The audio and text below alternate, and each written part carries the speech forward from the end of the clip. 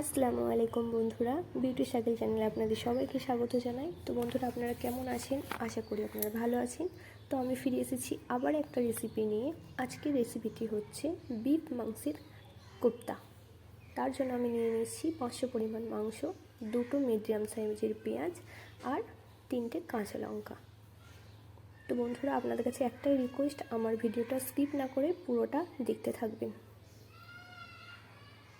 তো বন্ধুরা, আপনারা এটা চিকেন বা মাটন দিয়েও বানাতে পারেন। আমি এটা বিফ মাংস দিয়ে বানাচ্ছি। তো এখন আমি মাংসটা ব্লেন্ডারে পেস্ট করে নেব। তো দেখুন, আমি এবার মাংসগুলো আর পেঁয়াজ কাঁচা লঙ্কা ব্লেন্ডারে পেস্ট করে নেব। তো পেস্ট করা হয়ে গেছে, ফিরে এসেছি।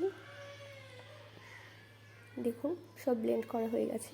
সঙ্গে নিয়ে নিয়েছি বেশ কিছু মশলা, লঙ্কা গুঁড়ো, জিরে গুঁড়ো, হলুদ গুঁড়ো, কাশ্মীরি রেড চিলি পাউডার, ধনে পাউডার, লবণ আর কারি পাতা। সঙ্গে নিয়ে নিয়েছি কালি মির্চি পাউডার সানরাইজ পাউডার। এবার সবগুলো মাংসর সঙ্গে আমি অ্যাড করে দেব। তো দেখুন বন্ধুরা, মাংসটা ব্লেন্ড করা হয়ে গেছে। তো এর মধ্যে আমি দিয়ে দেব ফার্স্টে পেঁয়াজ আর কাঁচা লঙ্কার পেস্ট।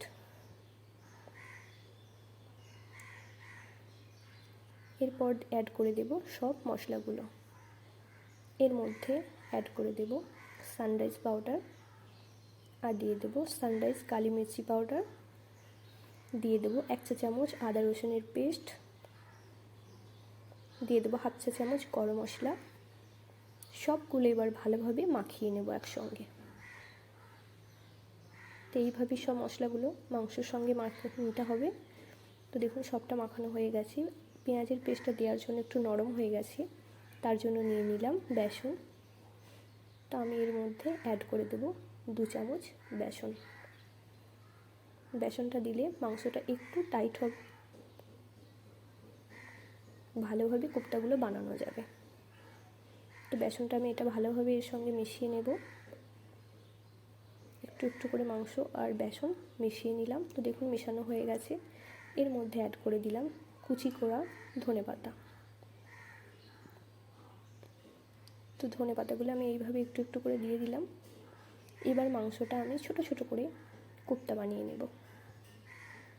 তো দেখুন, কোফতা বানানো হয়ে গেছে। এদিকে আমি কড়া বসিয়ে দিয়েছি। কড়ার মধ্যে দিয়ে দেব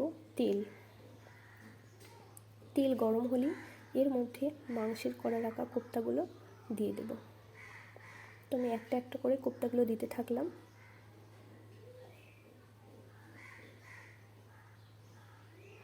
তো সব কোফতাগুলো দিয়ে অল্প ফ্লেমে বসিয়ে রেখেছি। তো দেখুন, একদিকটা হয়ে গেছে। আমি আর এক পাশটা নাড়াচাড়া করে দিচ্ছি, নাহলে কাঁচা থাকবে ভিতরে। এটা একদম লো ফ্লেমে করবেন, হাই ফ্লেমে করলে ভিতরগুলো মাংসগুলো সিদ্ধ হবে না।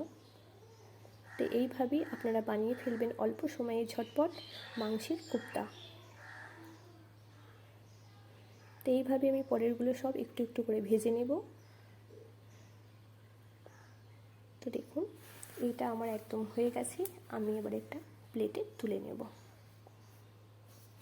তো চলুন বন্ধুরা, আজকে আমার রেসিপিটা কেমন লাগলো কমেন্ট করে জানাবেন। আর যদি ভালো লেগে থাকে একটা লাইক করে দেবেন। আর যারা আমার চ্যানেলটি এখনও সাবস্ক্রাইব করেনি, প্লিজ সাবস্ক্রাইব করে দেবেন।